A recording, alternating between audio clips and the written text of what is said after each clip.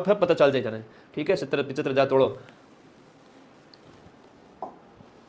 80,000 रुपये तोड़ा, 90,000 रुपये तोड़ा, तो नौकरी लाके 1 लाख रुपये तोड़ो जी।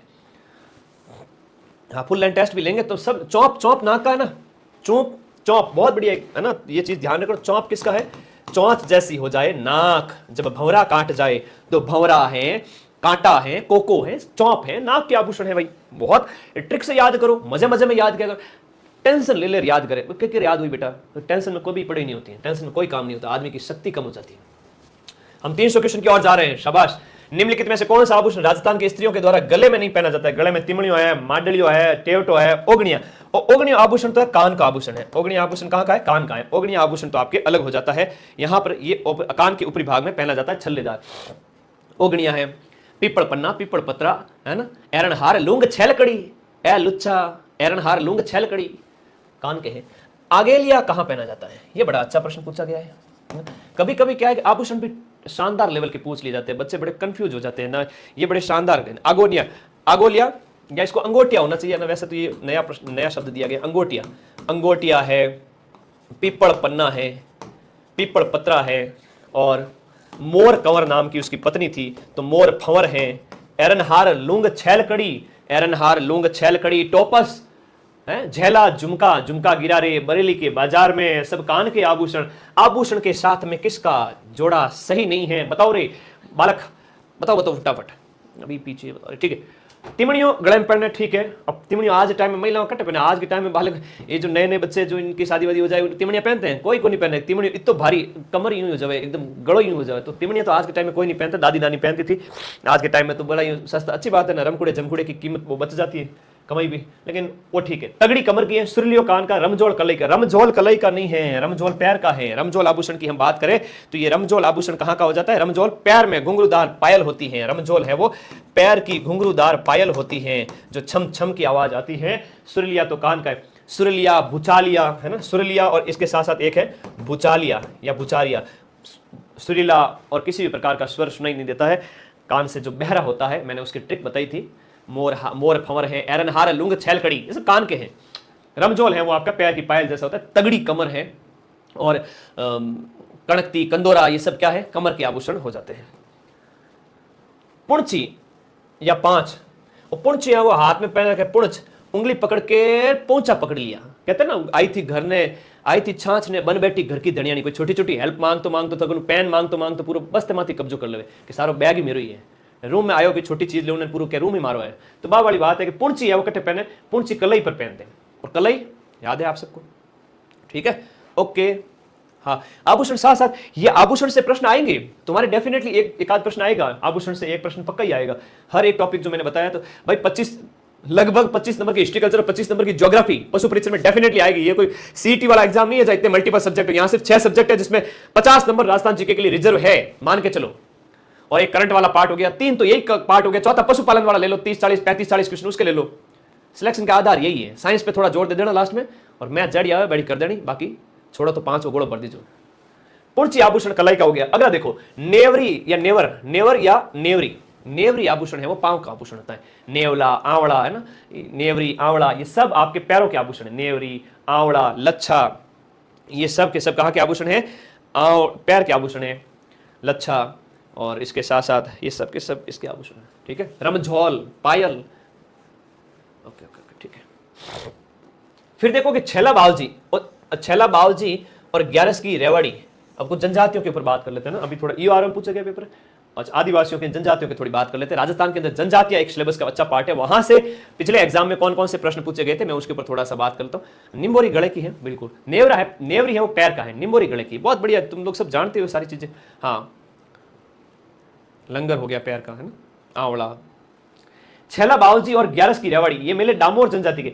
डामोर जनजाति सिमलवाड़ा तहसील में रहती है। कहां रहती है? सिमलवाड़ा तहसील, और सिमलवाड़ा तहसील है तुम्हारे डूंगरपुर के अंदर। कहां पर है? सिमलवाड़ा तहसील डूंगरपुर की। पिछली बार वीडियो में भी पूछा गया था, बार बार ये एग्जाम में प्रश्न आ रहा है। तो ये छेला बावजी का जो मेला है ना, ये कब लगता है? छेला बावजी का मेला गुजरात के पंचमहल नाम स्थान पर लगता है। पंचमहल गुजरात, पंचमहल गुजरात में लगता है छेला बावजी। और ग्यारस की रेवाड़ी का मेला लगता है डूंगरपुर के अंदर। ग्यारस की रेवाड़ी का मेला कहां लगता है? डूंगरपुर के अंदर लगता है, और ये अगस्त सितंबर के अंदर, ये डूंगरपुर के अंदर लगता है अगस्त सितंबर के अंदर। डूंगरपुर के अंदर लगता है, और ये लगता है आपके अगस्त सितंबर के अंदर। और ये जो मेला है ना, इसमें केवल पुरुष भाग लेते हैं, केवल पुरुष भाग लेते हैं। कहां पर? गुजरात, गुजरात वाला जो ये मेला है। और दक्षिणी राजस्थान के अंदर डामोर जनजाति आपके वहां निवास करती है, तो उनके ये प्रसिद्ध मेले जो बहुत इंपॉर्टेंट है। डामोर जनजाति की तरह गहनता, अच्छा पुरुष महिलाओं की तरह गहना पहनते हैं, इनकी खासियत है। शाबाश। विश्व आदिवासी दिवस के अवसर पर हाल ही में बांसवाड़ा जिले की किस नदी पर पुल बनाने का शिलान्यास हुआ है? तो ये जो थोड़ा करंट का क्वेश्चन उस समय आया था, तो मैंने ये भी इसके साथ साथ लिया है। तो ये 9 अगस्त के दिन विश्व आदिवासी दिवस मनाया जाता है। इसमें माही की एक सहायक नदी है अनास। ये अनास है, एरन है, हरन है, चांप है, ये सब माही की सहायक नदियां हो जाती है जो आपके वागड़ क्षेत्र में बहती हैं और माही में मिलती हैं। ठीक है, तो उन्हीं में एक अनास पे बांध बनाया गया था, पुल बनाया गया था, तो सुर्खियों में था 2022 के अंदर। विश्व आदिवासी दिवस हर साल 9 अगस्त को मनाया जाता है। जनजाति कल्याण प्रकोष्ठ यानी कि ट्राइबल वेलफेयर सेल की स्थापना कौन से साल में राजभवन जयपुर के अंदर इसकी स्थापना की गई थी? तो 2011 की बात है। कब की बात है? 2011 के अंदर। राजस्थान में जनजाति क्षेत्र विकास विभाग की स्थापना, जनजाति क्षेत्र विकास विभाग की स्थापना 1975 के अंदर की गई थी। कहां की गई थी? 1975 के अंदर की गई थी। जनजाति क्षेत्र विकास विभाग है एक। कथौड़ी जनजाति मुख्यतः किस जिले में पाई जाती है? कथौड़ी जनजाति आपके कथौड़ी जनजाति है वो आपके मेवाड़ क्षेत्र के अंदर उदयपुर क्षेत्र में पाई जाती है। उसके बाद देखिएगा उदयपुर, कोटड़ा, झाड़ोल हो गया, डूंगरपुर हो गया, इसके साथ साथ डूंगरपुर हो गया, बारा जिला हो गया, और इसके अंदर उदयपुर में कोटड़ा, उदयपुर विशेष रूप से कोटड़ा और झाड़ोल क्षेत्र में, कोटड़ा और झाड़ोल जो इलाके हैं वहां पर हम जनजाति क्षेत्र के विशेष रूप से आंदोलन वगैरह पढ़ते हैं, तो झाड़ोल, कोटड़ा इनका नाम आता है। तो वही जनजाति क्षेत्र है जहां पर कथौड़ी जनजाति निवास करती है।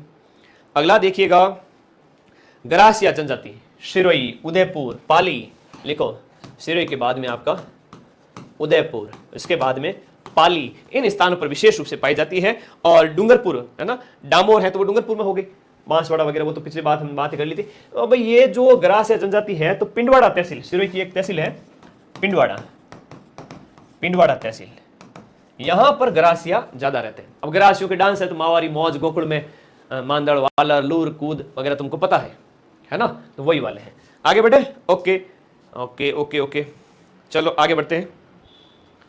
नेक्स्ट, सांसी जनजाति के लोग, ये सांसी जनजाति के लोग राजस्थान में मुख्य रूप से किस जिले में पाए जाते हैं? सांसी जनजाति भरतपुर में पाई जाती है। सांसी की दो यहां पर उपजातियां हैं, सांसी की दो उपजातियां हैं जिनकी हम बात करें, बीजा और माला, दो समुदाय हैं इसके, सांसी का बीजा और माला, सांसी के दो उप समुदाय हैं। अब सांसी जनजाति के अंदर भी ये कई बार एग्जाम में आता है कि बीजा और माला किस जनजाति से संबंधित है, तो सांसी जनजाति से संबंधित हो जाते हैं, याद रखिएगा।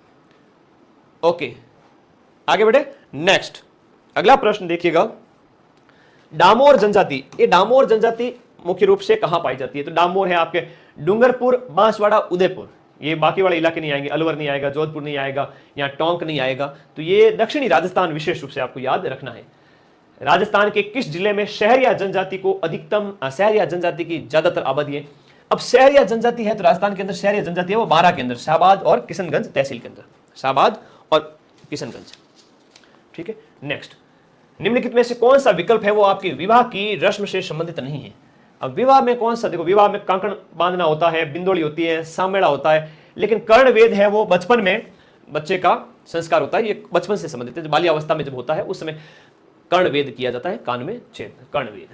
अगला देखिएगा, वह परंपरा जिसमें दूल्हे की बारात के घर से चले जाने के बाद, अब ये प्रश्न भी अच्छा है कि दूल्हे की बारात के घर से चले, दूल्हे की जो बारात है वो घर से निकल गई, रवाना हो गई, उसके बाद में अब स्त्रियां खाली बैठी क्या करें?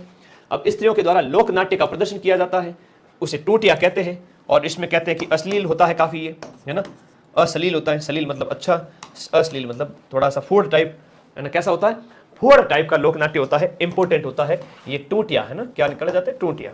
आगे देखो, वह संस्कार कौन, देखो जन्म से संबंधित संस्कार यहां पूछा गया है कि भाई बच्चे के पैदा होने के साथ में, एक बार शेयर कर दो सभी बच्चे मिलकर के, चलो चलो चलो फटाफट, है ना। तो अपन 300 क्वेश्चन की ओर बढ़ रहे हैं, 1/3 ऑलमोस्ट कंप्लीट कर चुके हैं। एक बार सभी बच्चे शेयर कर दो भाई, कर दो। 3 बज रहे हैं, क्या बज रहे हैं? 3, ठीक है जी, 3 बज रहे हैं। आ जाओ।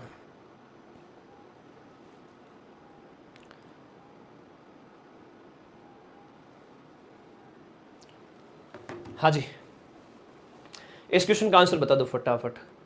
बी एनर्जेटिक ऑलवेज, पढ़ाई करने के लिए है ना इतनी काबिलियत ताकत तो होनी चाहिए। या सारे दिन फोन पे रील देखते रहते हैं वो बच्चे, 30 सेकंड से ज़्यादा लंबा वीडियो देख ही नहीं पाते, और 3 घंटे एग्जाम हॉल के अंदर जाकर अगर बैठ जाए ना तो उनके तो तोते तीन हो जाए, दिमाग खराब हो जाए कि 3 घंटे तक हम कैसे एकाग्रता रखेंगे। जो 30-30 सेकंड की रील देखने वाले आदि हैं वो कभी पढ़ाई नहीं कर सकते, कभी भी नहीं पढ़ सकते। ठीक है, ओके।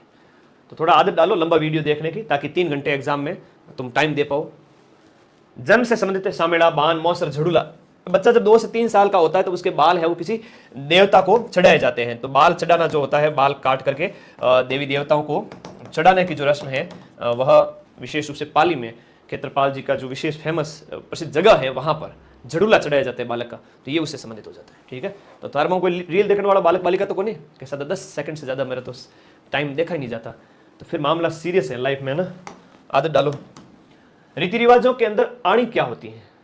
आणी, आणी नहीं, आण, अणो, अणो, वो अणो है, एक सेकेंड, आणी नहीं है, वो है अणो, ये है आणा।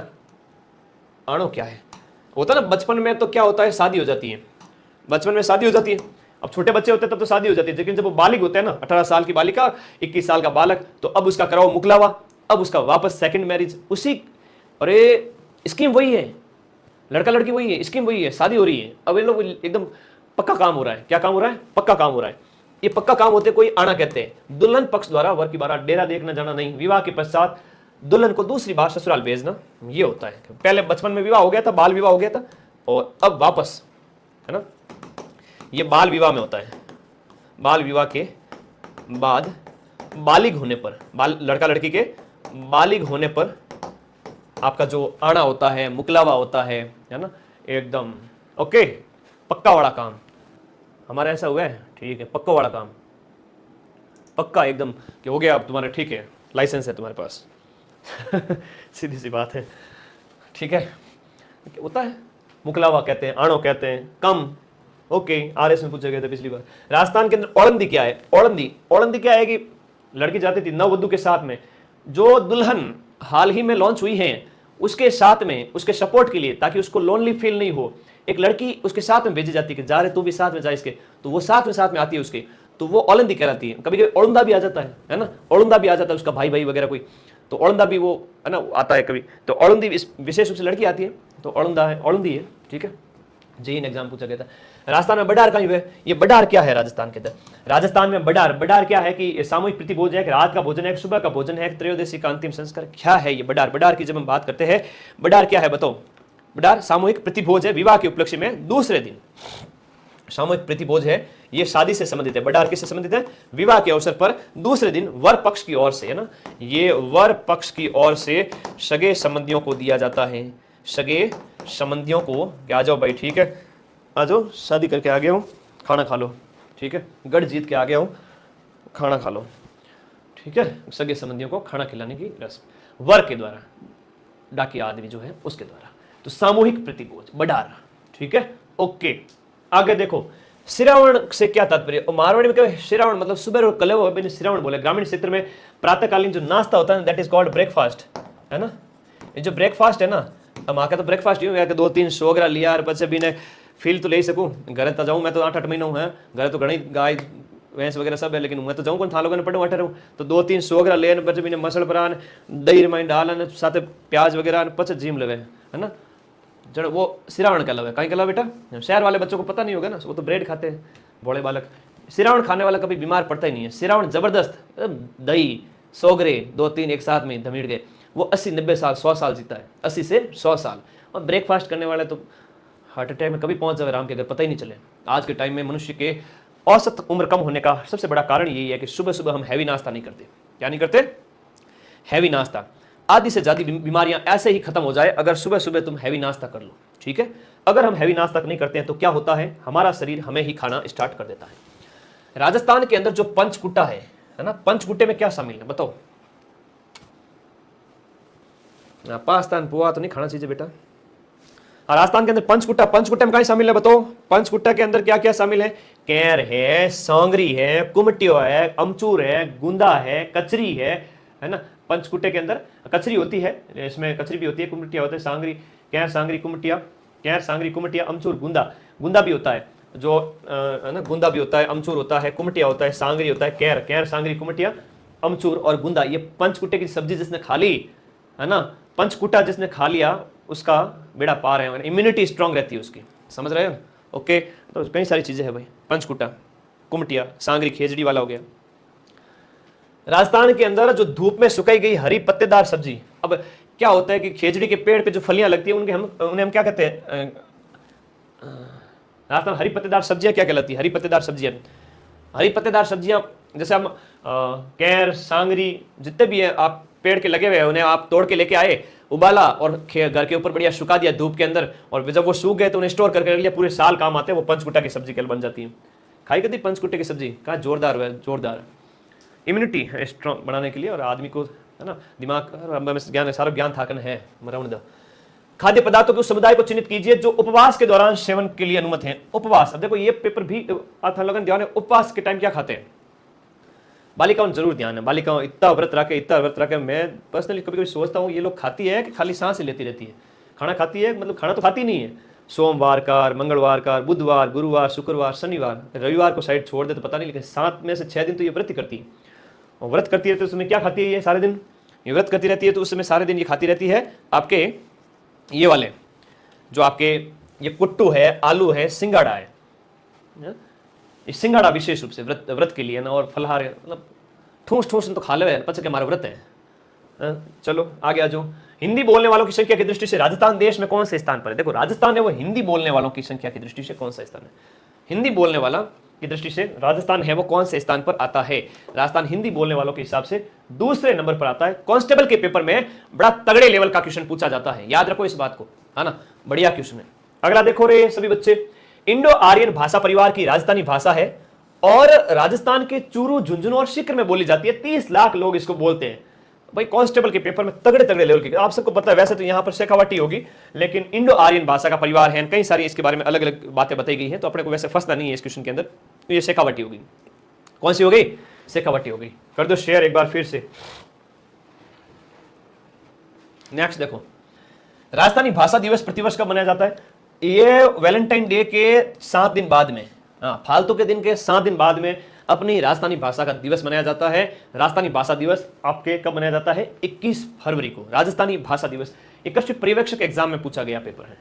फिर देखो रांगड़ी, और रांगड़ी जो कि राजस्थान की जो बोली है ना, रांगड़ी मालवी और मारवाड़ी मामा का मिश्रण है। किसका मिश्रण है, माँ धन माँ, मामा का मिश्रण है रांगड़ी। मामा का मिश्रण क्या है, रांगड़ी है भाई। मामा का मिश्रण क्या है, रांगड़ी है, याद रखिएगा। नेक्स्ट अगला क्वेश्चन, मालव प्रदेश के अंदर बताओ भाई, मालव प्रदेश के अंदर जो हाड़ौती के आसपास का क्षेत्र है, मध्य प्रदेश से लगता है, वहां पर राजपूतों के अंदर, मालव प्रदेश के अंदर राजपूतों में प्रचलित जो मारवाड़ी और मालवी के जो आपस में मिश्रण से उत्पन्न बोली का नाम क्या है, इस बोली का नाम हो जाता है रांगड़ी। और रांगड़ी बड़ी कर्कश बोली होती है, क्या होती है, कर्कश बोली, एकदम बड़ा तेज बोले औरत और आदमी जब भी बोले ना बड़ा तेज, ऐसा लगता है कि आपस में लड़ाई कर रहे हो, और लड़ाई नहीं कर रहे, वो बढ़िया प्यार से बोल रहे हैं, लेकिन है कर्कश, बोलते हैं तो कैसी लगती है, कर्कश। ऐसे भरतपुर साइड के बच्चों के मुझे कॉल आता है, तुम गुरुजी ऐसा नहीं करते हो, तुम गुरुजी ये, तुम वो। मैंने कहा क्या बोला, तो गुरुजी मैंने सही तो बोला, तुम बोल रहा है गुरुजी, मेरे यहाँ पर तुम ही बोलते हैं, पापा को भी ऐसे ही कहता हूँ, सबको ऐसे कहता हूँ। फिर मेरे को लगा यार भी तो अलग अलग जगहों पर राजस्थान के अंदर अलग अलग यूज करते हुए शब्द का इस्तेमाल करते थे। भरतपुर वाले तुम बोलेंगे, है ना। मेरे को तो एक बार शौक लगा भयंकर वाला, मैंने कहा मैं तेरा गुरु हूँ, पता है तुम मेरे गुरुजी हो। तो भरतपुर वाले तुम बोलते हैं और बड़े यूँ थोड़ा जोश में ज़्यादा ही रहते हैं, तुम गुरुजी ये, तुम वो। मैं तो कई बार मैंने सोचा ये सम्मान कर रहा है कि अपमान कर रहा है। फिर कहा गुरुजी मैं रेस्पेक्ट कर रहा हूँ। मैं कहा तुमसे रेस्पेक्ट होती है, डडकी। फिर उस दिन मुझे पता चला, है ना। तो डडकी है, थाड़ी है और खैराड़ी है, ये बोलियां राजस्थान की किस बोली से संबंधित है, बताओ। डडकी, डडकी हो गया, थाड़ी हो गया, बताओ बताओ बताओ बताओ। देखो भाई फटाफट देखो, लगातार अब 5 घंटे कंप्लीट हो चुके हैं लाइव होते हुए, मुझे लगातार 5 घंटे कंप्लीट हो चुके हैं, और बड़ी अच्छी बात है कि तुम लोग लगातार साथ जुड़े हो। इसी वजह से यही तो मेरी ताकत है ना, बाकी मदन सर कुछ भी नहीं है। डडकी, थाड़ी और खैराड़ी ये राजस्थान के किस क्षेत्र में बोली जाती है, डडकी है, थाड़ी है, थड़ी, थाड़ी नहीं थड़ी, थड़ी है, डडकी है, थड़ी है, मारवाड़ी की उपबोले। एक तो मारवाड़ी है, ये एक मुख्य बोली है। मारवाड़ी क्या है बेटा, मारवाड़ी एक मुख्य बोली है, और एक आपकी डुंडाड़ी भी क्या है, राजस्थान की मुख्य बोली। अब इन दोनों मुख्य बोलियों के अलग अलग प्रकार है। जैसे पूर्वी राजस्थान में तो ये बोली जाती है, सीधी सी बात है, ये पश्चिमी राजस्थान से संबंधित हो गई, पश्चिमी राजस्थान, और ये हो गई आपके पूर्वी राजस्थान। बाकी सभी इसकी क्या है, सहायक बोलियां हैं, डडकी वगैरह, इधर जो गोडवाड़ी वगैरह, ये मारवाड़ी तो मैन है, उसके अलावा थड़ी हो गया, है ना, अलग अलग। बूंदी और कोटा क्षेत्र, अब हाड़ौती क्षेत्र हो गया, तो हाड़ौती क्षेत्र के अंदर हाड़ौती बोली बोली जाती है। कौन सी बोली बोली जाती है, हाड़ौती। फिर हम बात करें तो आपका झालावाड़ की मुख्य बोली कौन सी है, देखो झालावाड़ क्षेत्र में बोलने जाने वाली हाड़ौती बोली जाती है।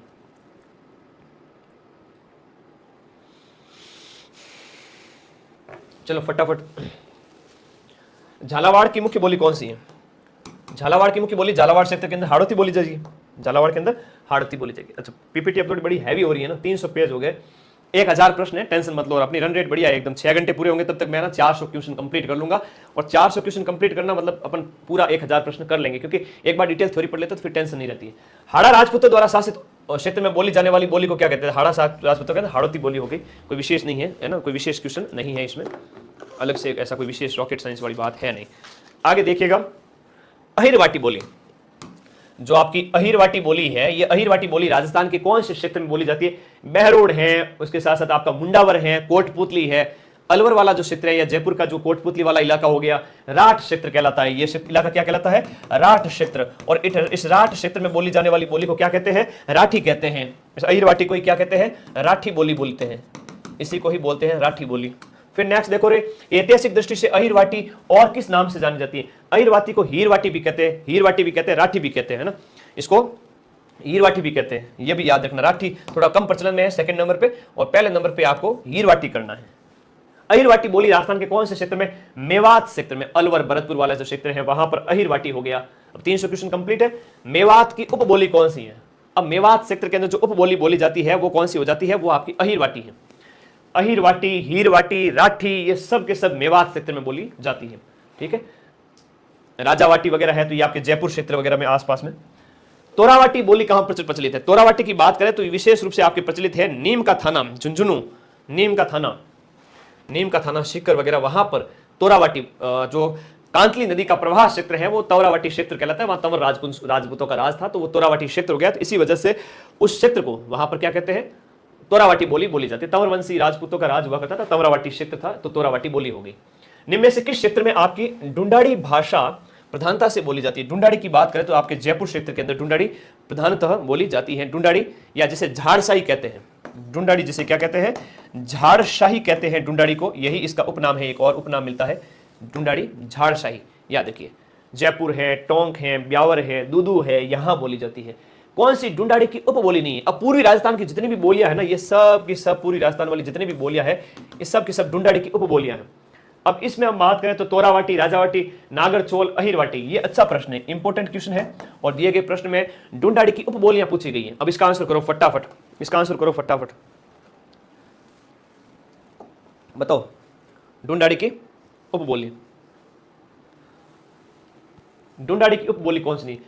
ढूंढाड़ी तो मुख्य बोली है ही है, लेकिन ढूंढ जो है, ये जो अहिरवाटी है ये नहीं है, ये सब की सब है ना, ढूंढाड़ी की उपबोली। अब दिया गया ऑप्शन में यही है, तो उस हिसाब से देखेंगे, ठीक है। वैसे तो इसके अंदर ही आएगी, लेकिन ये थोड़ा स्वतंत्र अस्तित्व है इसका। बाकी वाली सारी की सारी है वो ढूंढाड़ी से संबंधित, तोरावाटी, राजावाटी, नागरचोल, ये ढूंढाड़ क्षेत्र से संबंधित है। इसलिए गोडवाड़ी बोली, देखो गोडवाड़ी बोली का क्षेत्र कौन सा है, गोडवाड़ी बोली जो विशेष रूप से आपके जालोर है ना, आहोर क्षेत्र विशेष रूप से लेकर से पाली तक, ये जो क्षेत्र है वो गोडवाड़ का जो क्षेत्र है वहां पर बोली जाती है, आपकी गोडवाड़ी बोली बोली जाती है। मारवाड़ी की उपबोली हो जाती है गोडवाड़ी, है ना। तो आहोर से लेकर के बाली तक, आहोर जालोर से लेकर के बाली, आहोर से लेकर के बाली तक, और बाली है पाली के अंदर, ये गोडवाड़ का क्षेत्र है, और ये आपके जालोर से हो गया, जालोर से पाली। फिर देखिएगा मुंडिया लिपि, ये बड़ा अच्छा प्रश्न है, एक बार शेयर करें सभी साथी। हाँ जी, ओके, जेहन, पूनम, आरती, ओके, तेज, शेयर करो। 117 बच्चे लगातार चैट बॉक्स में बने हुए हैं। जगदीश, राम राम बेटा, राम राम। उत्तम, केवल, शेयर करो फटाफट सभी साथी मिलकर, एक बार फिर से दबा के धक्को देर शेयर करो। मुंडिया लिपि, ये देखो अच्छा प्रश्न है कि मुंडिया लिपि के अक्षरों के आविष्कारकर्ता किसे माना जाता है। तो मुंडिया लिपि जो है महाजनी लिपि है, जिसको मुंडिया लिपि कहते हैं, महाजनी लिपि कहते हैं। जो कर्नल टेसिटोरी नहीं है, टॉड है, सॉरी टोडरमल, टॉड क्या, टोडरमल, ये इंपॉर्टेंट क्वेश्चन है, इसके बारे में लिखिएगा कि टोडरमल के द्वारा महाजनी या वणियावाटी लिपि, ठीक है, वणियावाटी लिपि, और इसी पे ही आगे लिखिएगा मुंडिया अक्षर, ठीक है, मुंडिया अक्षर का प्रयोग करके, मुंडिया अक्षर। और ये टोडरमल किससे संबंधित है? अकबर के, है ना, दरबारी अकबर के नवरत्न उनमें शामिल। और टोडरमल ने इसका विशेष राजस्थानी की जो लिपि है ना, वो महाजनी और मुंडिया है। ये बड़ा अच्छा प्रश्न है, वेरी वेरी इंपॉर्टेंट। राजस्थानी की लिपि,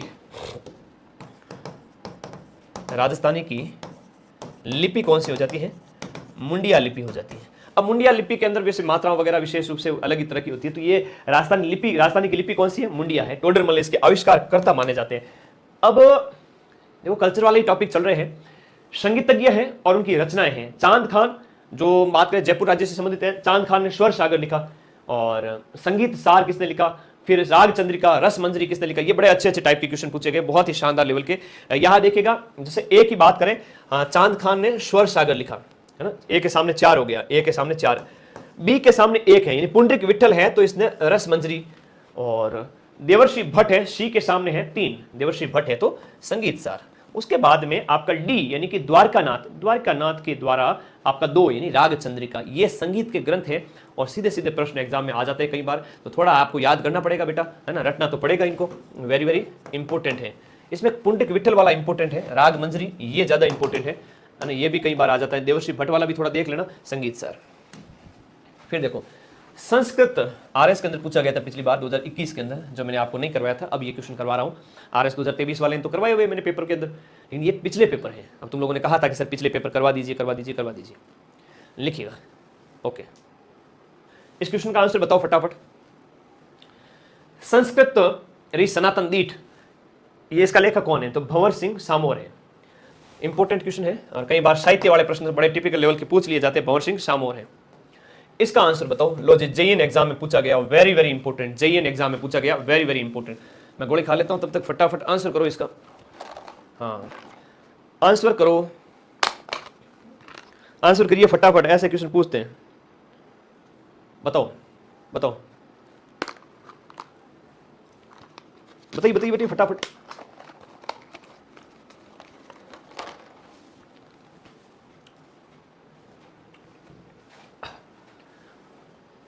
इधर उधर बताते जा रहे हो, इंपॉर्टेंट है। हरिमेखला माहुक, यहाँ राइट आंसर है, इंपॉर्टेंट है, स्क्रीनशॉट ले लो, एक बार शेयर कर दो सभी बच्चे मिलकर के।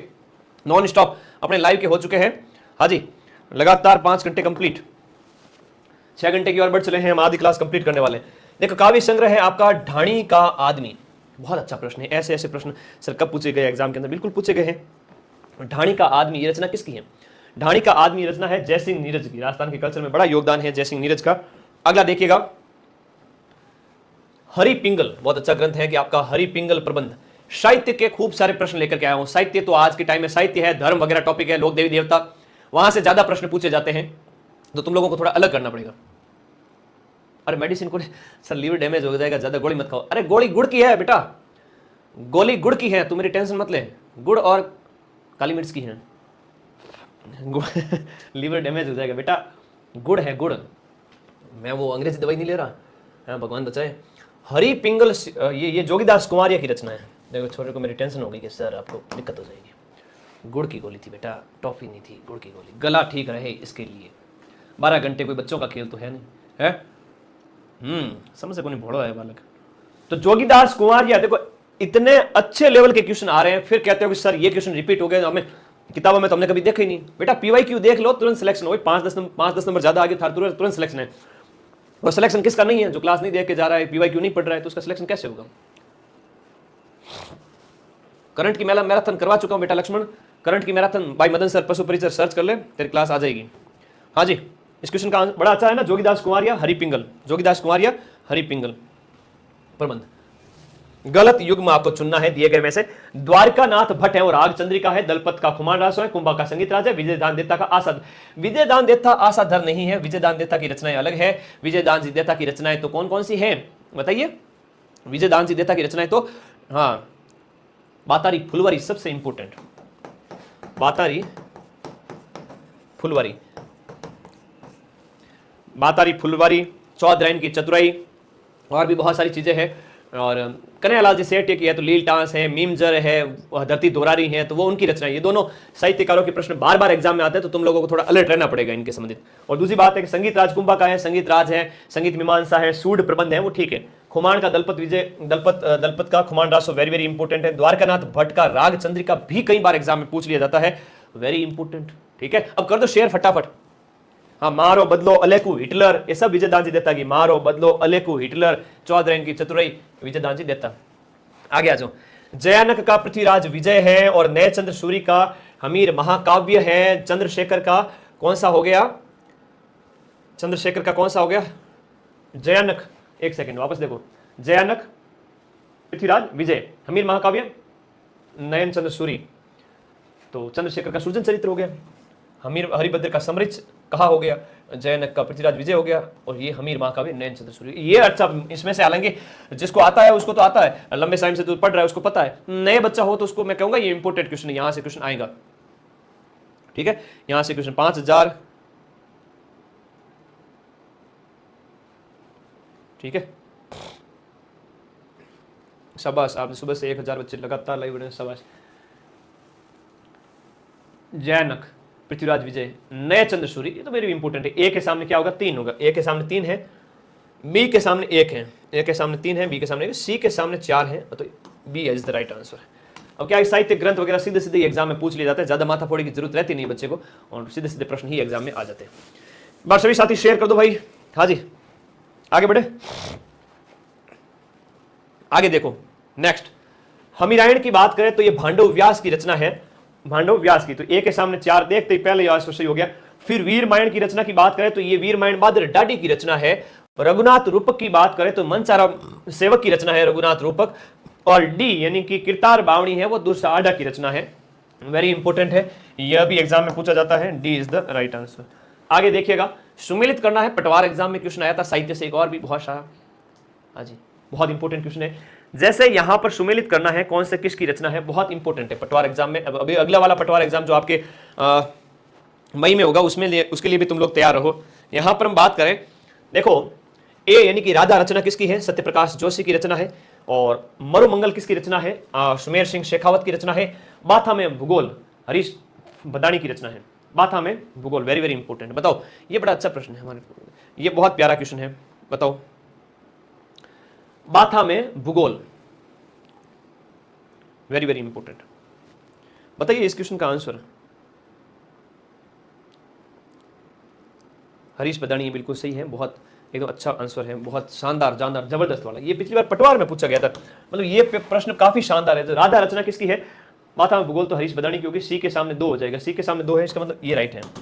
ए के सामने 3 आएगा, राधा सत्यप्रकाश जोशी की रचना है, मरुमंगल सुमेर सिंह शेखावत की रचना है, बाथा में भूगोल एक बहुत इंपॉर्टेंट रचना है, और ये बाथा में भूगोल हरीश बदानी की किताब है, वेरी वेरी इंपॉर्टेंट। तो ये एक नया प्रश्न है, स्क्रीनशॉट ले सकते हो। ठीक है, करिए शेयर, हम स्पीड बढ़ाते हैं फटाफट। अगला प्रश्न देखिएगा, गुणभास किसका है? गुणभास किसका? हेम कवि का है। गुण रूपक किसका है? राज रूपक किसका है? सूरज प्रकाश किसका है? ये रचनाएं बड़ी इंपॉर्टेंट है और बार बार एग्जाम में पूछी जाती है, याद रखिएगा इनकी तरफ, है ना, इनकी तरफ ध्यान दीजिएगा, बड़े अच्छे अच्छे इंपॉर्टेंट क्वेश्चन रखे गए हैं। ठीक है, ओके, लिखिएगा। जैसे हम बात करें, गुणभास है किसकी रचना है? बताओ, गुणभास किसकी रचना है? हेम कवि की रचना है। ए के सामने 4 आएगा, गुणभास हेम कवि की रचना है, ए के सामने 4 है। बी यानी कि गुण रूपक है, वो केशवदास की रचना है। गुण रूपक किसकी रचना है? केशवदास की रचना है। सी यानी कि 2, सी के राज रूपक है आपकी किसी वीरभान की रचना है। और डी यानी कि आपका 3, अभय सिंह, सूरज प्रकाश अभय सिंह की रचना है। ये बड़ा अच्छा इंपॉर्टेंट क्वेश्चन है, इसका 2 आंसर सही है। कौन सा है? 2, very very important, very very. ठीक है, ओके, चलिए नेक्स्ट क्वेश्चन की ओर आगे बढ़ते हैं। और ये देखो वेरी इंपॉर्टेंट है, मंडन और उसके भाई वगैरह उनके और बड़े इंपॉर्टेंट ग्रंथ हैं, जैसे मंडन हो गया, कुंभा हो गया, नाथा हो गया और गोविंद हो गया, इनके संबंधित जो प्रश्न पूछे जाते हैं। जैसे गोविंद की रचना है वो द्वार दीपिका है, गोविंद की रचना द्वार दीपिका है। ए के सामने 2 है, ए के सामने 2 है। बी यानी कि आपका नाथा की रचना नाथा वास्तु मंजरी, नाथा वास्तु मंजरी है। गोविंद द से द्वार दीपिका, द याद रखना यहां पर, गोविंद और नाथा को अलग अलग मतलब यूं मिलान मत कर देना। गोविंद द्वार दीपिका, गोविंद द्वार दीपिका, ये बड़ा कंफ्यूज हो जाते हैं बच्चे। नाथा वास्तु मंजरी है। और फिर मंडन की रचना है देवमूर्ति प्रकरण है। और कुंभा की रचना संगीत राज, संगीत मीमांसा, संगीत सूड प्रबंध, ललित ललाम ये ग्रंथ किसके द्वारा लिखा गया? बड़ा अच्छा प्रश्न पूछा गया। ललित ललाम लेखक कौन है? मतीराम है ना, मतीराम। बहुत अच्छा प्रश्न है, मतीराम की रचना है ललित ललाम। हाँ, ज़्यादा लिखेंगे तो फिर क्या 1000 प्रश्न कंप्लीट नहीं होंगे, है ना, इसलिए फिर 500 क्वेश्चन होंगे, फिर भागना पड़ेगा। इसलिए एक संतुलित वे में 1000 प्रश्न करवाना। इससे पहले डिटेल थ्योरी की क्लास है, डिटेल क्वेश्चन का एक्सप्लेनेशन, ज्योग्राफी की 12 घंटे, राजस्थान हिस्ट्री कल्चर की 12 घंटे, भाई मदन सर सर्च करोगे मिल जाएगा। ये केवल एमसीक्यू के अभ्यास के लिए क्लास है कि 1000 प्रश्न एक क्लास के अंदर ही, कोई नहीं करवाता, एक साथ इतने करवाना, ये मेरा टारगेट है ना। ओके, थैंक यू, धन्यवाद। मतीराम। हमीर हट ये ग्रंथ किसके द्वारा लिखा गया था? हमीर हट की बात करें, हमीर हट है आपका चंद्रशेखर के द्वारा लिखा गया था, है ना, चंद्रशेखर के द्वारा लिखा गया। हमीर हट वेरी इंपॉर्टेंट है। हमीर हट के बारे में लिखो तो हमीर हट रणथंभौर के चौहान राणा हमीर देव से संबंधित है।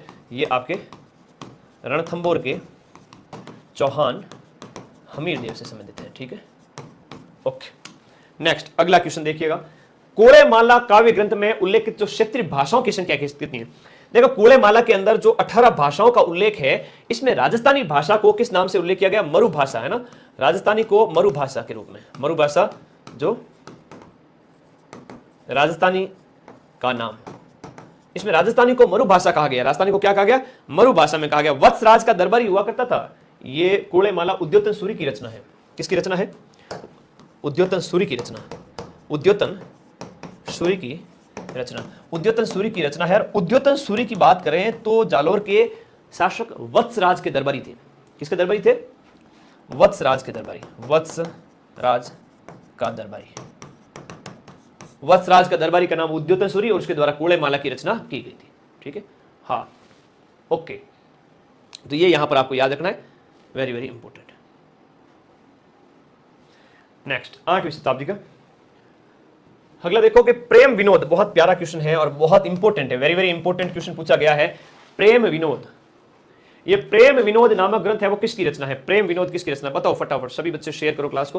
प्रेम विनोद, ऐसे नए नए प्रश्न, कितनी किताबें पढ़ लो, कितनी किताबें पढ़ लो, उसमें मिलेगा ही नहीं है। कई बार ये प्रश्न है वो अधीनस्थ बोर्ड और आरपीएससी पूछती है, उसी में से नए प्रश्न पूछे जाते हैं। तो प्रेम विनोद है वो किसकी रचना हो जाती है? प्रेम विनोद है वो छत्र कुंवरी राठौड़, ठीक है, छत्र कुंवरी राठौड़ इनकी रचना है, याद रखो। तो प्रेम विनोद है वो छत्र कुंवरी राठौड़ की रचना है। कई बार नए प्रश्न, ये कृषि विभाग में पूछा गया था 2021 में। मुक्ति काव्य संग्रह ये किसका है? बताओ। मिठेश निर्मोही का। मुक्ति काव्य संग्रह किसका है? ये आपके मिठेश निर्मोही को है, जिन्हें सम्मान भी मिल चुका है। मुक्ति इंपोर्टेंट है। अब काव्य रचनाएं सामने दी गई हैं और इधर राजस्थानी पद्य साहित्य के प्रकार सामने दिए गए हैं। आप लोगों को पहचान करनी है दिए गए में से। नृत्य संगीत मूलक काव्य, नृत्य संगीत मूलक काव्य, तो ये चरचरी काव्य रचना, चरचरी। उसके बाद में बी यानी कि चरित्र मूलक काव्य होता है, वो आपका हरिपिंगल है उसका उदाहरण। और उसके बाद में सी यानी मंगल मूलक काव्य है, तो इसका आंसर हो जाएगा 4 यानी कि धवल। और प्रेम मूलक काव्य यानी कि कौन सा हो गया? बिसल देवरासो एक प्रेम काव्य है। तो ये उदाहरण है। और लाइब्रेरियन ग्रेड 2 में इतना अच्छा लेवल का क्वेश्चन पूछा गया, one of the toughest question पूछा गया। हालांकि तुम लोग आंसर तो दे सकते हो कि प्रेम मूलक की बात हो तो बिसल देवरासो, डी के सामने सर 2 होना चाहिए। इस क्वेश्चन को देखते ही, मतलब एक ऑप्शन डी ऑप्शन को देखते ही तुम्हारे लिए ये प्रश्न बहुत सरल बन गया। केवल डी ऑप्शन को देखा कि प्रेम मूलक यानी कि जो प्रेम काव्य जो है वो कौन सा है, वो आपका बिसल देवरासो है, ठीक है। देखते ही पता चल गया कि ऑप्शन नंबर 4 आ रहा है, तो 4 के सामने 2 आना चाहिए, तो ठीक है बिसल देवरासो। बाकी में तो कठिन, थोड़ा सा लेवल कठिन हो गया। तुम्हें पता ही नहीं नृत्य संगीत मूलक और चरित्र मूलक और मंगल मूलक क्या है, कौन कौन से काव्य की प्रकृति है, पता ही नहीं है। लेकिन एक प्रश्न को देखते ही पता चल जाता है। मुंडियार ख्यात का संबंध किससे है? इंपॉर्टेंट है, राठौड़ों की ख्यात है। आपके मारवाड़ के राठौड़ों की ख्यात को मुंडियार की ख्यात कहते हैं। इसका उपनाम है, वेरी वेरी इंपॉर्टेंट है, बहुत इंपॉर्टेंट है, याद रखिएगा। मुंडियार की ख्यात भी कहते हैं। जसवंत सिंह के जीवन काल में लिखी गई थी, है ना, मारवाड़ के जसवंत सिंह के जीवन काल में, मारवाड़ के जसवंत सिंह के जीवन काल में, मारवाड़ के जसवंत सिंह के जीवन काल में इसकी रचना की गई थी, याद रखिएगा। जसवंत सिंह प्रथम, जसवंत सिंह फर्स्ट के काल में। अगला, निम्नलिखित में से कौन सा यहां पर आपका सुमेलित नहीं है? दिए गए एग्जाम के अंदर ये फर्स्ट ग्रेड हिस्ट्री में पूछा गया था कि नरपति नालो बिसल देव, फिर गिरधर आसिया सगत रासो, दौलत विजय खुमान रासो, कविया गोपाल दास कायम खान रासो। सामने रचनाकार दिए गए हैं और साहित्यकार है और उनके सामने रचनाएं लिखी गई है। तो दिए गए में से एक आपका यहां पर क्या है? सुमेलित नहीं है। तो लास्ट वाला जो कविया गोपाल दास है ना, वो कायम खान रासो इसकी रचना नहीं है। कायम खान रासो नियामत खान है ना, नियामत खान की रचना है। ये किसकी रचना है? नियामत खान। और नियामत खान कहो या जान कवि कहो, नियामत खान या आपके जान कवि की रचना है, और ये कायम खान रासो। बाकी वाले सही सुमेलित है। अब ऐसे टफ क्वेश्चन आते हैं तो थोड़ा ध्यान रखना पड़ेगा, है ना। गिरधर आसिया वाला भी इंपॉर्टेंट है, सगत रासो, है ना, गिरधर आसिया। अब ये शक्ति सिंह के बारे में लिखा गया, पृथ्वीराज जो महाराणा प्रताप के छोटे भाई शक्ति सिंह, उनके ऊपर लिखा गया है। दौलत विजय खुमान रासो, नरपति नाल, जो आपके अजमेर के चौहान वंशी राजा है विग्रह राज चतुर्थ, उनके ऊपर लिखा गया नरपति नाल। बिसल देव रासो नरपति नाहल के द्वारा लिखा गया प्रेम काव्य। ये प्रश्न बार बार एग्जाम में पूछे जाते हैं, ठीक है। ओके, आगे बढ़ते हैं। राजस्थानी साहित्य के अंदर रियासतों के शासकों के अपने पराक्रम, उनकी विजय और अन्य महत्वपूर्ण कार्यों के इतिहास का लेखा जोखा अपने इतिहासकारों से लिखवा करके संजोया जाता था। उनकी खुद की पर्सनल अचीवमेंट, उस लेखा जोखे को क्या कहते थे, राजा महाराजाओं की उपलब्धियां वगैरह जो है, पर्सनल जो अचीवमेंट है, वो ख्याति, खुद की प्रशंसा, तारीफ, ख्यातियां कहलाती थी। क्या कहलाते थे? ख्यात कहलाते थे। जो ख्यातियां है, जो प्रशंसा है, वो ख्यात कहलाती थी। आगे देखिएगा, मुंशी देवी प्रसाद ने किसे, राजस्थान का अबुल फजल का है। राजस्थान का अबुल फजल, जैसे अबुल फजल अकबर का दरबारी था, उसके साथ में जैसा सलूक हुआ, जैसा उसने काम किया, वैसा का वैसा ये मुणोत नैणसी था। मुणोत नैणसी की बात करें, जसवंत सिंह फर्स्ट का दरबारी था। जसवंत सिंह फर्स्ट का दरबारी नैणसी, मुणोत नैणसी, जसवंत सिंह फर्स्ट का दरबारी, ठीक है। याद रखिए, जसवंत नैणसी का जन्म है वो आपके 1610 से लेकर के 1670, है ना, जन्म टाइम 1610 से लेकर के 1670 ईस्वी। हालांकि बाद में जेल में डाल दिया गया था, आत्महत्या कर ली थी और कई सारे कारण थे। 1678 में जसवंत सिंह प्रथम की भी मृत्यु हो गई थी, कई सारे और फैक्ट है, ठीक है। और मारवाड़, जसवंत सिंह प्रथम के दीवान थे। मारवाड़ परगनारी विगत और मुणोत नैणसी की ख्यात, ये इनकी प्रसिद्ध रचनाएं हुआ करती थी, ठीक है। सबसे प्राचीन ख्यात में इनका नाम आता है। सगत रासो या शक्ति सिंह के बारे में, जो गिरधर आसिया के द्वारा लिखी गई रचना है, आपके महाराणा प्रताप के छोटे भाई के ऊपर, सगत रासो, गिरधर आसिया की रचना है। फिर अगला देखिएगा, बिसल देव रासो। ये बिसल देव रासो है वो किसकी रचना? 20 क्या, नर पुरुष। ऐसे थोड़ा ट्रिक लगा कि याद करो ना कि कितने आदमी थे, सरदार 20 आदमी थे। बिसल देव रासो जो रचना है वो नरपति नाल की है। किसकी है? नरपति नाल। बिसल देव और राजमती का प्रेम प्रसंग है। बिसल देव और राजमती का प्रेम प्रसंग इसके अंदर है, यह तुम लोगों को याद रखना है। हाँ, बिसल देव राजमती का प्रेम प्रसंग। आगे बढ़ो, बिसल देव अजमेर के विग्रह राज वही है। अगला देखिएगा, बिसल देव रासो की महिला पात्र कौन है? अब बिसल देव रासो में नायिका कौन है? तो विग्रह राज हो गए नायक, और उनकी जो प्रेमिका है रानी, उसका नाम क्या हो गया? वो हो गई आपकी राजमती। कौन हो गई? राजमती। जेईएन एग्जाम के अंदर उसके पात्र के बारे में पूछ लिया गया। फिर अगला क्वेश्चन बड़ा अच्छा पूछा गया है कि चंद्रबरदाई है, वो उसका दूसरा नाम क्या था? चंद्रबरदाई का नाम था पृथ्वी भट्ट। चंद्रबरदाई का नाम क्या था? पृथ्वी भट्ट। पृथ्वीराज चौहान तृतीय के बचपन के मित्र और उनके दरबारी विद्वान, नाम क्या है? पृथ्वी भट्ट। ये बड़ा अच्छा क्वेश्चन है यार, है ना। इसको ऐसे क्वेश्चन को याद रखना। अगर तुमने वो फिल्म देखी हो पृथ्वीराज चौहान वाली, जिसमें वो क्या नाम था, अक्षय कुमार, हालांकि किसी भी एंगल से पृथ्वीराज चौहान तो नहीं लग रहा था, लेकिन फिर भी वो फिल्म तो बनाई उन्होंने। उसमें अगर तुमने देखा हो तो भट्ट, बार बार उनको कहते थे पृथ्वी भट्ट, तो उनके बचपन के दोस्त थे पृथ्वी भट्ट। तो पृथ्वीराज रासो जिन्होंने लिखा, किसने क्या लिखा इन्होंने? रासो। दूध बावड़ी, ये दूध बावड़ी वाला प्रश्न जेईएन एग्जाम के अंदर पूछा गया था, बड़ा अच्छा प्रश्न है, आपको पता ही नहीं हुआ ऐसी नई बावड़ियां। दूध बावड़ी की बात करें तो ये आपके माउंट आबू के अंदर स्थित है। कहां पर स्थित है? दूध बावड़ी आपके माउंट आबू के अंदर स्थित है। वेरी वेरी इंपॉर्टेंट है। दूध बावड़ी आपके माउंट आबू में अदर देवी की तलहटी के अंदर है ना, अदर देवी माता की मंदिर की तलहटी में, अदर देवी मंदिर की तलहटी में, अदर देवी मंदिर की तलहटी के अंदर आपका ये स्थित है, याद रखिएगा। अदर देवी मंदिर की तलहटी के अंदर स्थित है। अदर देवी मंदिर की, एक बार शेयर करें सभी बच्चे, आगे देखिएगा। अदर देवी मंदिर की तलहटी के अंदर। नेक्स्ट, जिंदौल सुरंग राजस्थान के निम्न जिलों में से किस में स्थित है? जिंदौल सुरंग, एक नया प्रश्न जो आपके जेईएन एग्जाम के अंदर 2020 में पूछा गया था। जिंदौल सुरंग राजस्थान के कौन से जिले में स्थित है? तो ये अलवर बहरोड मार्ग पर, जिंदौली घाटी, अलवर बहरोड मार्ग पर लिखो, अलवर बहरोड मार्ग पर लिखो। ये नया प्रश्न है थोड़ा सा। अलवर बहरोड मार्ग पर, जिंदौली घाटी में। ये थोड़ा सुर्खियों में है, इसलिए रहता है सुर्खियों में, जिंदौली घाटी में। ये सुर्खियों में रहता है, किस वजह से सुर्खियों में रहता है उसके बारे में भी लिखो। इसके बारे में फैक्ट ऐड कीजिएगा कि यह आपका राजस्थान की प्रथम सड़क यातायात सुरंग, राजस्थान की प्रथम सड़क यातायात सुरंग, राजस्थान की पहली सड़क यातायात सुरंग, ये आपकी जिंदौल सुरंग होगी। याद रखिए, जिंदौली घाटी आपके अलवर के अंदर हो गया, जिंदौली घाटी अलवर के अंदर हो गया, बिल्कुल सुर्खियों में रहती है, याद रखिएगा। अलवर। 100 टापुओं का क्षेत्र किसे कहते हैं? बताओ, राजस्थान के अंदर 100 टापुओं का क्षेत्र किसे कहते हैं? 100 टापुओं का क्षेत्र है तो 100 टापुओं का जो उपनाम है बांसवाड़ा का, उपनाम है क्या है? 100 टापुओं, 100 द्वीपों का शहर है। 100 टापू कह लो या 100 द्वीप कह लो। 100 टापुओं का शहर, 100 टापुओं का शहर कहो या 100 द्वीपों का शहर कहो। 100 द्वीपों का शहर एक ही बात है, बांसवाड़ा। ठीक है, आगे बढ़े। जगमाल ने बांसवाड़ा की स्थापना की थी। किसने? जगमाल ने बांसवाड़ा की स्थापना जगमाल ने की थी। फिर 33 करोड़ देवी देवताओं की शाल कहां पर स्थित है? 33 करोड़ देवी देवताओं की शाल राजस्थान में कहां पर स्थित है? 33 करोड़ देवी देवताओं का मंदिर भी पूछा जाता है, फिर 33 करोड़ देवी देवताओं की शाल भी पूछी जाती है। अच्छा प्रश्न है एग्जाम पॉइंट ऑफ व्यू से। 33 करोड़ देवी देवताओं की शाल कहां पर स्थित है? ये आपके मंडोर के अंदर स्थित है। कहां पर स्थित है? मंडोर के अंदर। ये आपके मंडोर के अंदर स्थित है 33 करोड़ देवी देवताओं की शाल। और इसका निर्माण है वो आपका अभय सिंह के समय है ना, महाराजा अभय सिंह के समय, महाराजा अभय सिंह के समय, अभय सिंह के समय, जोधपुर के महाराजा अभय सिंह के समय इसका निर्माण किया गया था। याद रखिएगा। आगे बढ़े। नेक्स्ट अगला क्वेश्चन देखिएगा। अगले प्रश्न की ओर बढ़ते हैं। और ये देखो, पर्यटकों के लिए जो आपका हाथी गांव, हाथी पावनी, ये हाथी गांव है। हाथी गांव कहां स्थित है? आमेर का कुंडा गांव है ना, कुंडा गांव आमेर, कुंडा गांव आमेर, वहां पर हाथियों के लिए हाथी गांव बनाया गया है। चूरू में स्थित जो धर्म स्तूप है, ये राजस्थान के कुछ क्या स्थापत्य के कुछ और नमूने हैं, उनके ऊपर बात कर लेते हैं। चूरू का जो धर्म स्तूप है, तुम लोग फटाफट शेयर करो भाई, अरे सपोर्ट तुम्हारा बहुत जरूरी है। और मैराथन लगेगी पार्ट बी की, है ना। सुबह से 6 घंटे हो चुके लगातार लाइव, और अभी तक तुम लगातार लाइव बने हुए, इसके लिए तुम लोगों को बहुत बहुत धन्यवाद, बहुत बहुत थैंक यू, ढेर सारा प्यार। अभी बहुत जल्द तुम लोगों के लिए पार्ट बी की मैराथन भी लगेगी, है ना। ओके, पार्ट बी के शॉर्ट नोट्स और पार्ट बी के एमसीक्यू 500 क्वेश्चन।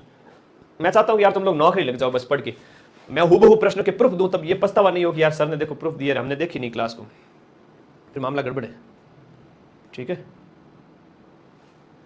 चलो आजो आजो आजो।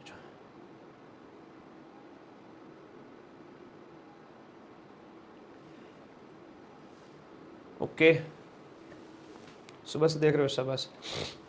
करंट अफेयर्स की पीडीएफ वगैरह सब टेलीग्राम में डाली हुई है। टेलीग्राम का लिंक वीडियो के नीचे दिया हुआ है, तुम लोग ज्वाइन करो फटाफट। क्या ज्वाइन करोगे? टेलीग्राम। टेलीग्राम पे बहुत सारी चीजें डालता हूँ मैं, फ्री वाली पीडीएफ है, नोट्स है। अगर कोई पीडीएफ नहीं मिले तो माइंड मैप ऐप डाउनलोड करो, उसमें फ्री नोट्स में जाओ, उसमें आप करंट अफेयर्स वाले सेक्शन में जाके देखो, फ्री कंटेंट पढ़ा है, प्रीवियस ईयर के पेपर पढ़े हैं, प्रीवियस ईयर के फ्री नोट्स पढ़े हैं, प्रीवियस ईयर के पेपर हैं, खूब सारी फ्री चीजें पढ़ी है एप्लीकेशन के अंदर। एप्लीकेशन हर बच्चे के डाउनलोड होना चाहिए, माइंड मैप का ऐप हर बच्चा डाउनलोड कर ले। ठीक है, खूब सारी फ्री चीजें डाली हुई। तो धर्म स्तूप आपका कहां पर स्थित? लाल घंटाघर है ना। धर्म स्तूप को लाल घंटाघर भी कहते हैं, ये चूरू के अंदर स्थित है। लाल घंटाघर भी इसको कहते हैं। और ये धर्म स्तूप आपके कहां पर स्थित है? लाल घंटाघर आपके चूरू के अंदर स्थित है। लाल घंटाघर भी इसको बोलते हैं, आजादी के टाइम से इसे चूरू के अंदर स्थित है। दौसा शहर, कुछ शहर है राजस्थान के, कुछ देखो 300 350 क्वेश्चन कल्चर के। अब इसके बाद हिस्ट्री स्टार्ट होगी, फिर राजस्थान की ज्योग्राफी और इकोनॉमी वाले पार्ट है। तो मैंने एक सिस्टमेटिक तरीके से 1000 क्वेश्चन टाइप करवाए, तुम सोच भी नहीं सकते इतना। अच्छा, आपकी बुक लेके आ गए दीपक जैन, करा शाबाश बेटा, बहुत बढ़िया, धन्यवाद। करंट और इंडिया करंट की क्लास में ले आओ सर। ले Bhavesh, India current Rajasthan current already ला चुका हूँ। अभी पेपर हुआ 17 तारीख को फर्स्ट ग्रेड का, पशु परिचर का पेपर, तो उसके आगे कुछ भी नहीं है।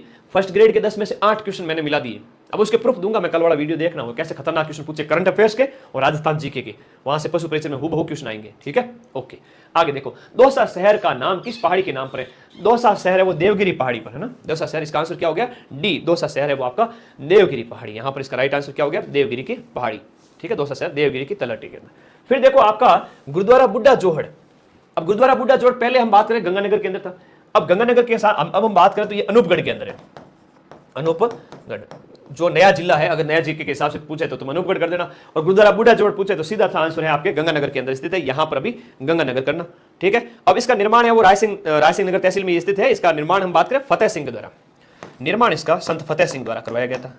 निर्माण है वो संत फतेह सिंह ने, संत फतेह सिंह ने इसका निर्माण करा। अब ये अनूपगढ़ के अंदर राय सिंह नगर तहसील के अंदर स्थित है, और नए जिले के हिसाब से याद रखिएगा। अगला क्वेश्चन, बागोर साहिब एक ऐतिहासिक गुरुद्वारा है जहां श्री गुरु गोविंद सिंह जी अपनी पंजाब यात्रा के समय रुके थे, ये कहां पर स्थित है? बताओ। ये बागोर साहिब, बड़ा अच्छा प्रश्न है, और ये 3rd ग्रेड इंग्लिश वाले पेपर के अंदर पूछा गया था। बागोर साहिब, ये गुरुद्वारा एक नया गुरुद्वारा है। बागौर साहिब एक ऐतिहासिक गुरुद्वारा है जहां गुरु गोविंद सिंह जी अपनी पंजाब यात्रा के समय रुके थे। तो बागौर आप सबको पता है, बागौर कहां पर है, भीलवाड़ा के अंदर। लेकिन बागौर की हवेली पूछे तब उदयपुर के अंदर करना, तो ये अलग अलग चीजें हैं, ठीक है। यहाँ गुरु गोविंद सिंह से ये संबंधित है। एक बार शेयर कर दो सभी बच्चे, फटाफट शेयर करो। राजस्थान के कोटा, राजस्थान के कोटा को किस नाम से जाना जाता है? कोटा किस शहर के, कोटा को किस नाम से जाना जाता है? कोटा को कहते हैं, किस नाम से कहते हैं? देखो, कोटा एक सांस्कृतिक राजधानी है कि राजनीतिक पूंजी है या औद्योगिक राजधानी है, लोगों की राजधानी थी। एक औद्योगिक राजधानी के रूप में कोटा को औद्योगिक राजधानी के रूप में जाना जाता है। फिर देखिएगा अक्टूबर 2022 के अंदर करंट अफेयर्स का उस समय का और कल्चर से जुड़ा हुआ राजस्थान रत्न पुरस्कार उस समय जो दिए गए थे, उनमें आपके अरविंद मायाराम है, वो आपके राजस्थान रत्न जो 2022 के अंदर दिए उनमें शामिल नहीं है। तीन तो ये शीन काफ निजाम है, केशरी मालू है तो ये संगीत के क्षेत्र का हो गए, और अनिल अग्रवाल है तो ये बिजनेस के अंदर हो गए, ठीक है। शीन काफ निजाम की बात करें तो शीन काफ निजाम है, कवि है, शायर है, ठीक है, ये शायर है, कवि है। इनके अलावा तीन लोग और हैं जिनकी हम बात करें तो वो है आपके जस्टिस दलबीर भंडारी और आर.एम. लोढ़ा, आर.एम. लोढ़ा और दलबीर भंडारी। दलबीर भंडारी और ये जब न्यायमूर्ति हैं, दोनों न्यायाधीश है। और इसके साथ साथ लक्ष्मी निवास मित्तल, लक्ष्मी निवास मित्तल, ये तीन लोग ये हो गए, ये तो न्यायाधीश हो गए, ठीक है, न्यायाधीश। इनको मिला राजस्थान रत्न, ये याद रखिएगा। तो 6 नाम हैं, थोड़े से याद रखने पड़ेंगे, एग्जाम में सीधे सीधे क्वेश्चन आएंगे यहां से। एक बार शेयर करो सभी बच्चे मिलके, लगातार लाइव देखना बड़ा चैलेंजिंग काम होता है। अपने आप इतनी पढ़ाई करने की हिम्मत है तब तो सिलेक्शन होगा, क्योंकि आज के प्रश्न बड़े खतरनाक हैं, ठीक है। आरएस का पोस्ट परचेज करना है, करो बेटा, पढ़ो। आपको फाउंडेशन लेना, मेंस की तैयारी करनी है तो फाउंडेशन लो, जिसमें प्री भी मिल जाएगा और मेंस भी मिल जाएगा। और केवल प्री लेना है तो केवल प्री लो। तो देखो यहां पर शीन काफ निजाम हो गया, केसी मालू हो गया, अनिल अग्रवाल हो गया, 2 आपके न्यायमूर्ति हो गए और 1 लक्ष्मी निवास मित्तल हो गए। अगला प्रश्न, राजस्थान रत्न अवार्ड, फटाफट शेयर करो सभी बच्चे। राजस्थान रत्न अवार्ड से सम्मानित व्यक्ति कौन सा नहीं है? तो डी.आर. मेहता नहीं है। अभी बाकी 6 नाम बता दिए, जिसमें लोढ़ा जी है, निजाम जी है और मालू है। फिर राजस्थान रत्न पुरस्कार में केसी मालू का संबंध संगीत से है ना, म्यूजिक से केसी मालू हो जाते हैं। तरुण भारत संघ, अच्छा प्रश्न है, तरुण भारत संघ संगठन निम्न में से किस क्षेत्र के लिए कार्य कर रहा है? तरुण भारत संघ किस क्षेत्र के लिए काम कर रहा है, बताओ। तरुण भारत संघ निम्न में से किस क्षेत्र के लिए काम कर रहा है? तरुण भारत संघ है वो जल संरक्षण के लिए काम कर रहा है। जिसमें हम बात करें जल संरक्षण के अंदर एक विशेष नाम लिखिए, पानी वाले बाबा के नाम से प्रसिद्ध राजेंद्र सिंह ने 1975 के अंदर 1975 में राजेंद्र सिंह ने तरुण भारत संघ की स्थापना की थी। और ये राजस्थान के अंदर आपके जल संरक्षण के लिए विशेष काम इनका याद रखिएगा। ओके, चलो, थक तो नहीं गए? ऐसा लग रहा है जैसे कोई थके हुए टाइप से। भाई जो पढ़ेगा वही सिलेक्शन लेगा, बाकी हार की नहीं, इतना आसान थोड़ी है सिलेक्शन, ठीक है। चलो, परमवीर चक्र से सम्मानित होने वाले बताओ सभी बच्चे, बताओ फटाफट।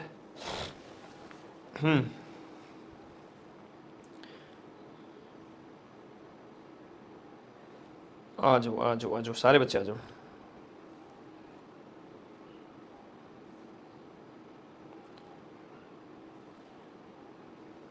आ जाओ एक बार शेयर करके आ जाओ सभी बच्चे, मैं भी कर देता हूँ शेयर। कुछ बच्चों की हिम्मत सलामत कम रही है।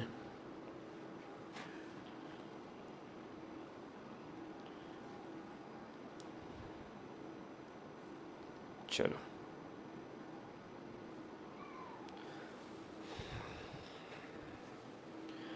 आ जाओ शेयर करके सभी बच्चे। अब देखो लगातार कितने क्वेश्चन कर लिए, 350 तो अपन ने कर लिया, अभी और आगे बढ़ना है। आ जाओ सारे बच्चे आ जाओ।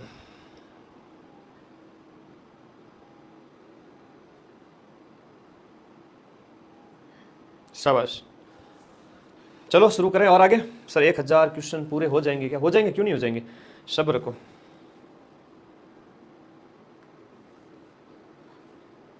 चलो एक बार थोड़ा अगले क्वेश्चन की ओर देखें। नेक्स्ट क्वेश्चन यहां पर देखिएगा, परमवीर चक्र से सम्मानित होने वाले प्रथम राजस्थानी, परमवीर चक्र से सम्मानित होने वाले प्रथम राजस्थानी। ये अच्छा प्रश्न है। देखो राजस्थान के जो संबंधित क्वेश्चन पूछे जाते हैं उनमें आप लोगों को याद रखना है ना। तो परमवीर चक्र से सम्मानित होने वाले पहले राजस्थानी है वो आपके कौन है? मेजर पीरू सिंह है। और किससे संबंधित है ये? इनका प्रश्न कई बार आता है। मेजर पीरू सिंह का संबंध आपके रामपुरा बेरी झुंझुनू से संबंधित है। रामपुरा बेरी और रामपुरा बेरी आपका झुंझुनू, रामपुरा बेरी झुंझुनू से संबंधित मेजर पीरू सिंह जी प्रथम परमवीर चक्र विजेता है राजस्थान के। बहुत प्यारा क्वेश्चन है, ठीक है, ओके। अगले क्वेश्चन की ओर चलते हैं। अगला देखिएगा, बाणासुर का शहीद।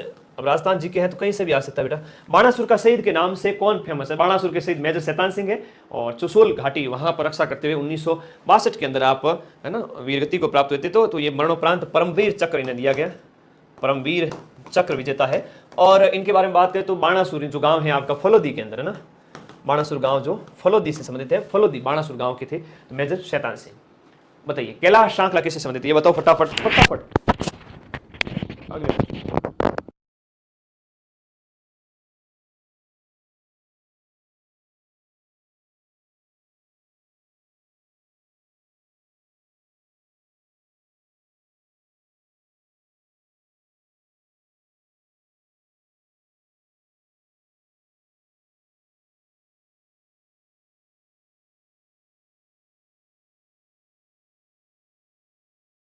हाँ जी, ऑडियो वीडियो सब क्लियर है, एकदम बढ़िया आवाज आ रही है, ठीक है। कैलाश श्रृंखला जी का संबंध किससे है? बताओ फटाफट। आगे सर आवाज अटके को नहीं, मैं माइक चेंज करियो, माइक को भी 6 घंटे हो गए, ये 6 घंटे माइक को फिर चेंज किया मैंने, ठीक है, माइक को चेंज किया है मैंने। तो बताओ फटाफट सभी बच्चे, कैलाश श्रृंखला का संबंध क्या है? टाइगर मैन के नाम से ना, इन्हें टाइगर मैन पद्मश्री से सम्मानित है और टाइगर मैन के नाम से जाने जाते हैं। कैलाश श्रृंखला बाघ संरक्षण, इन्हें कहते हैं tiger man of India, tiger man इनको कहते हैं, और बाघ संरक्षण से संबंधित है। 1972 के अंदर इनको विशेष जिम्मेदारी दी गई थी, बाघ परियोजना का निदेशक है ना, जोधपुर से संबंधित है। आप कहां से संबंधित है? जोधपुर से संबंधित है कैलाश श्रृंखला। पद्म पुरस्कार 2022, खैर पद्म पुरस्कार तो 2022 का 23 का 24 भी आ चुके हैं, इसलिए इस क्वेश्चन को छोड़िए। कालीबाई जिन्होंने डूंगरपुर पुलिस के हाथों अपने अध्यापक को बचाने के लिए अपनी जिंदगी दांव पे लगा दी थी, वह कहां की रहने वाली थी? रास्तापाल की 13 वर्षीय बालिका कालीबाई, जिसने रास्तापाल कांड में अपने गुरुजी की जान बचाई थी। अलकार, खुशबूर, शियार थे लोग, कहीं कर सको मारो वास्ते बताओ, क्लास शेयर को नहीं कर सके। देखो कालीबाई गुरुजी के लिए जान दे दी है ना, मेरे गुरुजी को कहां लेके जा रहे हो? मार डालूंगी। हसिया लेकर के आ गई है ना, वो हथियार लेकर के सामने खड़ी होगी अंग्रेजों के सामने, तो अंग्रेजों ने गोलियों से भून दिया इस कन्या को। ये इनकी स्टूडेंट थी, ठीक है। रास्तापाल कांड कब हुआ था? जून 1947 की बात है। कब की बात है? जून 1947 की बात है, जब रास्तापाल कांड हुआ था, तब इसने अपनी जान दे दी अपने गुरु के लिए। थे लोग सब लखनऊ लाडा हमारे वास्ते कहीं करो, शेयर तो को नहीं कर सको। 1947 में कालीबाई जो है वो किस घटना में शहीद हुई थी? रास्तापाल कांड में शहीद हुई थी। फिर जयपुर की महारानी गायत्री देवी है, वो पहली बार लोकसभा सदस्य बनी थी। तो राजस्थान के व्यक्तित्व वगैरह है उनके अंदर हम बात कर रहे हैं। राजस्थान के व्यक्तित्व आपके है ना बिना किसी प्रकार से घोषित किए हुए सिलेबस के अंदर शामिल है। आप बिल्कुल भी ये ना सोचे सिलेबस में नहीं है, तो ये सारी चीजें आपको याद करनी है, ठीक है। तो 1962 के अंदर आप क्या बने थे? लोकसभा की सदस्य बनी थी, याद रखना, ठीक है। अगला देखिएगा, नेक्स्ट इंपोर्टेंट है कि राजस्थान के भूतपूर्व आपके मुख्यमंत्री जो मोहनलाल जी सुखाड़िया के पिता है, वो पुरुषोत्तम लाल जी सुखाड़िया है, वो किस खेल से संबंधित थे? इनके पिताजी हैं वो आपके क्रिकेट से संबंधित थे। तो मोहनलाल जी सुखाड़िया का नाम आपको पता, 4 बार मुख्यमंत्री, और इनका बड़ा नाम, इनके पिताजी क्या थे? क्रिकेट से संबंधित थे, आधुनिक बंबई और सौराष्ट्र के अच्छे क्रिकेटरों में से एक थे। तो ये याद रखना आपको, ठीक है।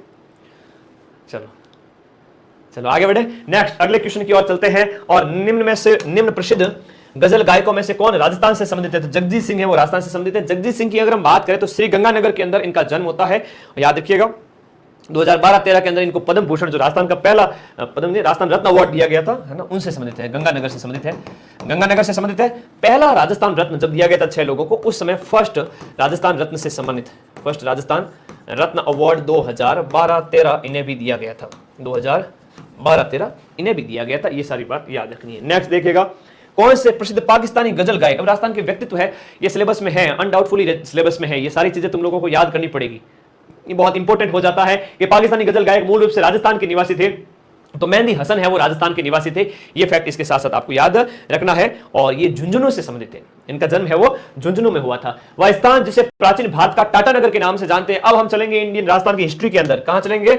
अब हम चलेंगे राजस्थान की हिस्ट्री के अंदर। देखो 350 क्वेश्चन है वो आपके राजस्थान के कल्चर के थे, 350 क्वेश्चन राजस्थान की कल्चर के थे। और अब मैं बात करूंगा राजस्थान की हिस्ट्री,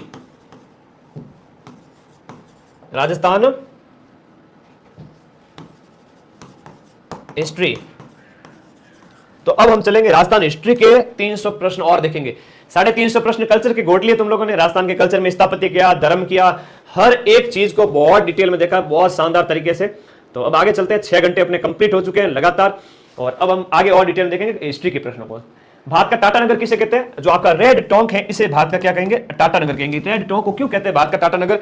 रेड टोंक को टाटा नगर इसलिए कहते हैं कि ये आपका यहां पर बड़ी संख्या में एशिया में सबसे बड़ा सिक्कों का भंडार मिला है। एशिया का सबसे बड़ा सिक्कों का भंडार, एशिया का सबसे बड़ा सिक्कों का भंडार, एशिया का सबसे बड़ा सिक्कों का भंडार आपके रेड टोंक से प्राप्त हुआ, निवई के पास में। तो इस वजह से ये क्या कहलाता है? प्राचीन भारत का टाटा नगर कहलाता है। और उत्खनन केदारनाथपुरी ने किया था, और ये आपको याद रखना है। दयाराम साहनी आदि इनसे संबंधित है। राजस्थान के किस जिले में पुरातात्विक जो बागोर कस्बा स्थित है? राजस्थान के अंदर बागोर कस्बा, बागोर है वो भीलवाड़ा के अंदर स्थित है। बागोर में आदिमकालीन अवशेष प्राप्त हुए हैं राजस्थान के अंदर सभ्यता काल के। तो बागोर की हम बात करें तो यहां पर पत्थर और हड्डियों, आदिम संस्कृति का संग्रहालय इसको कहते हैं। पत्थर और हड्डियों के अवशेष मिले हैं। आदिम संस्कृति का पालना इसको कहते हैं। आदिम संस्कृति का संग्रहालय राजस्थान के अंदर, आदिम संस्कृति का संग्रहालय किसे कहते हैं? ये बागोर को कहते हैं। और पत्थर और हड्डियों के अवशेष यहां से प्राप्त हुए हैं। पत्थर और हड्डियों के अवशेष भी यहां से प्राप्त होते हैं। तो ये बागोर वाला प्रश्न अच्छा प्रश्न हो जाता है। 1976 में वीरेंद्र नाथ मिश्र ने 67 के अंदर यहां पर क्या किया था? इसके संबंध में उत्खनन कार्य किया था। याद रखिएगा। फटाफट राजस्थान की हिस्ट्री कर देते हैं कंप्लीट। राजस्थान के किस पुरातात्विक स्थल से अपोलो पॉड्स के सिक्के प्राप्त हुए? राजस्थान के कौन से स्थान से अपोलो पॉड्स के सिक्के प्राप्त हुए? बताओ। जो प्राचीन भारत का टाटा नगर है, जहां से रेड की बात कर रहे हैं हम, रेड टोंक की हम बात कर रहे हैं, यहां पर 3075 आहत मुद्राएं मिली हैं। 3075 आहत या पंचमार्क मुद्राएं प्राप्त हुई है रेड टोंक से। कहां से प्राप्त हुई है? रेड टोंक से। 3075 इतनी बड़ी मुद्राओं का भंडार, उसमें एपोलो डॉट्स जो विदेशी मुद्राएं हैं यहां से मिली है। तो इंडो सेसिनियन सिक्के मिले हैं। कौन से सिक्के हैं? इंडो सेसिनियन सिक्के,